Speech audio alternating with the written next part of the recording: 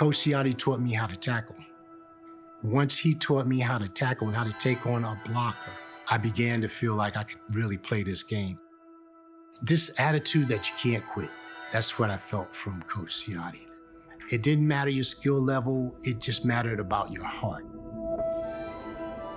I don't know what other teams did in terms of practice, but I know our practices were very, very tough.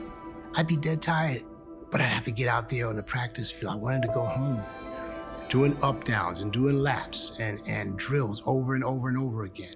And in the mud and in the wind and in the cold and in the rain. And it was tough. But I think it was Coach Ciotti that just knowing that he believed in me and believed in us, that kept me going. He got every penny worth out of me.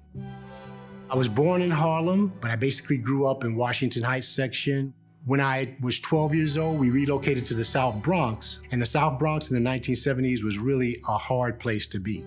You know, buildings were burned out. There was a lot of heroin addiction and robberies and crime was rising high.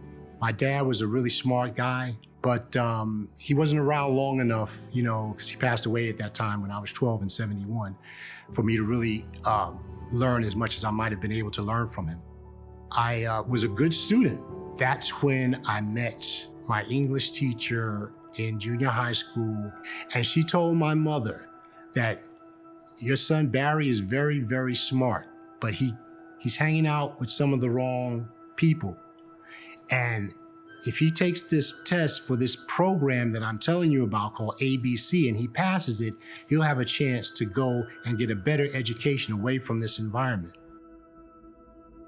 I remember the greenery. I remember the serenity of the town. It was so far removed from the burnout buildings in the South Bronx. I loved playing football as a kid, but we played football in the streets. Playing on Strong Field, to me, that meant like, hey, this is serious business. It was a place that was electric. It was proof that the town and the community really was invested in the Tigers. And playing under those lights, it was just a spark of inspiration in my head. We knew when we were on that field, we were getting it done, all of us together. My pain was your pain is my pain. Your exhaustion was my exhaustion. We're all in this together, and you're gonna come away with a win. We gotta do this because this is expected.